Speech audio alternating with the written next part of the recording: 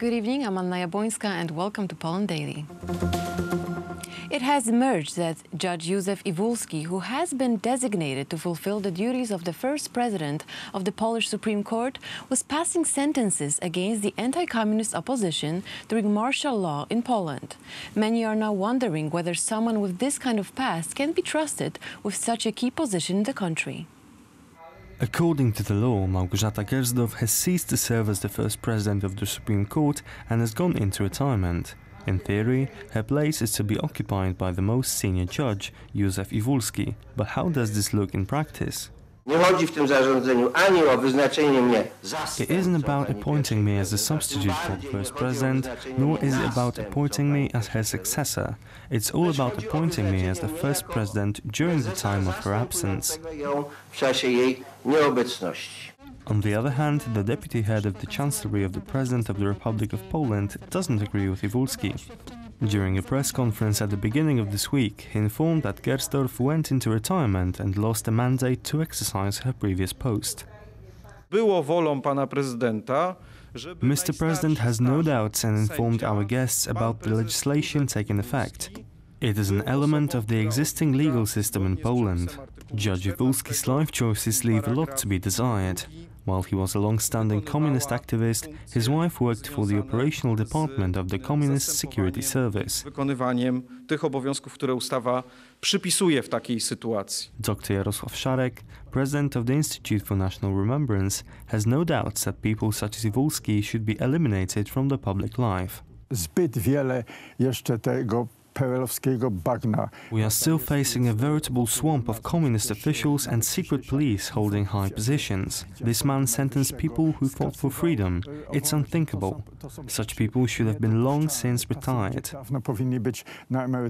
The question of why the president picked up Judge Iwulski as the acting first president of the Supreme Court, despite his disgraceful past, remains unanswered.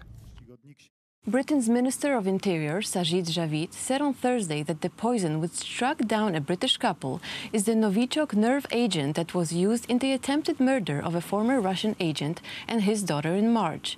The British Parliament held hearings on the incident and UK security forces are working to resolve the issue. 2 people were taken to a hospital in Salisbury on Saturday in critical condition. Doctors identified that they had been poisoned by the Soviet-made Novichok nerve agent.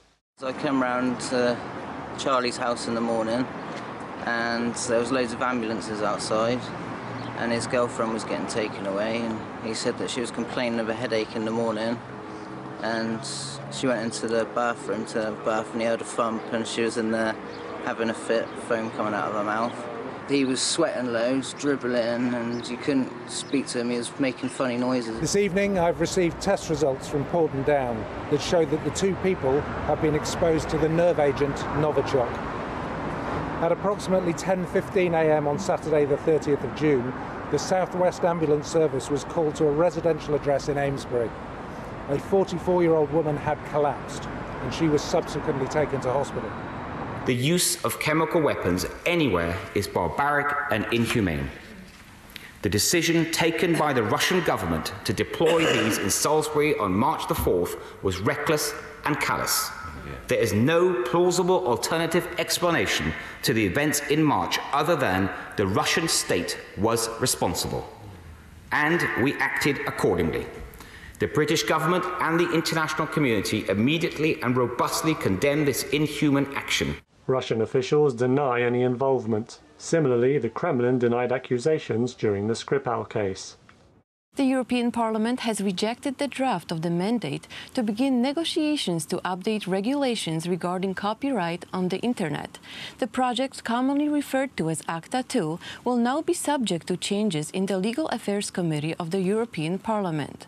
Opponents of the directive fear that the new regulation will limit free speech. The vote on the project was preceded by a turbulent discussion. It's about putting an end to the exploitation of European artists, which happens on the internet. We are talking about big American platforms such as Google and Facebook, making enormous profit thanks to European creators. There are real concerns about the effect of Article 13. There is real concern regarding the influence of Article 13 on the freedom of speech. Ultimately, the MEPs rejected the project. Opponents of the directive did not hide their satisfaction. They have, however, announced further protests as the case is set to return to the European Parliament in September.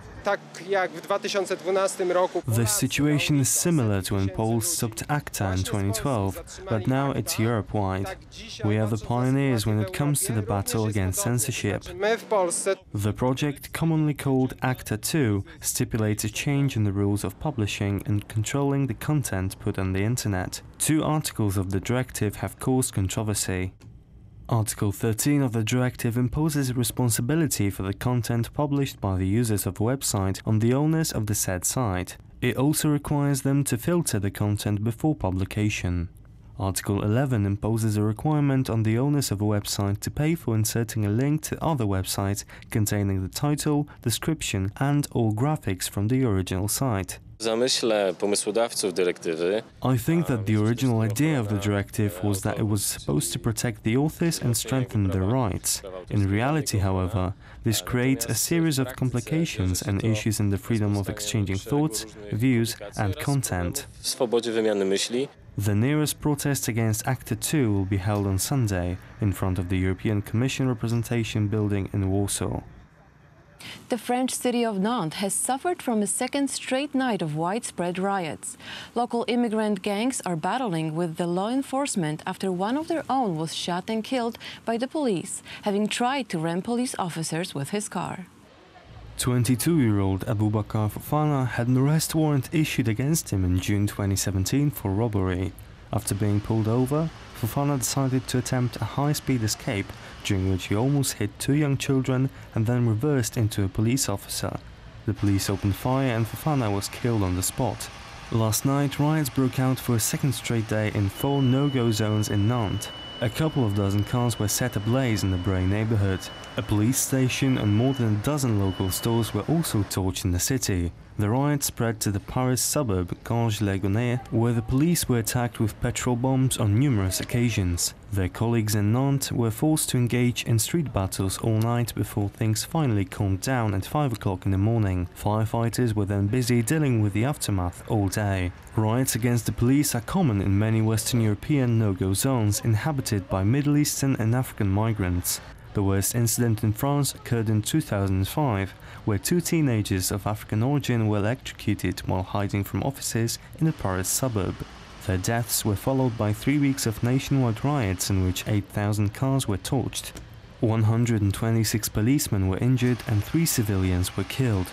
It remains to be seen whether the riots in Nantes will die down or if France has weeks of nationwide turmoil ahead. Thank you for watching Poland Daily. Coming up next, Poland Daily weather. Good night.